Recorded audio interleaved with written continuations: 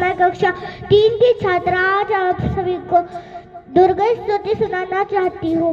अये गिरि नंदिनी नंदत मेदिनी विश्व विनोदिनी नंदनुते गिरिवर विंध्य शिरोधिनी वासिनी विष्णु विलासिनी जिष्णुनुते भगवती हे श्रुति कंठ कुटुंबिनी भूरि कुटुंबिनी भूरि कृते जय जय हे महिषासुर मर्दिनि रम्य कपर्दिनि शैलसुते सुरवर वर्षिणि दुर्धर धर्षिणि दुर्मुख मर्षिणि हर्षरते त्रिभुवन पोषिणि शंकर तोषिणि किलमेषमोषिणि घोषरते ननुजनि रोषिणि दुर्मनि रोषिणि दुर्मद शोषिणि सिंधुसुते जय जय हे महिषासुर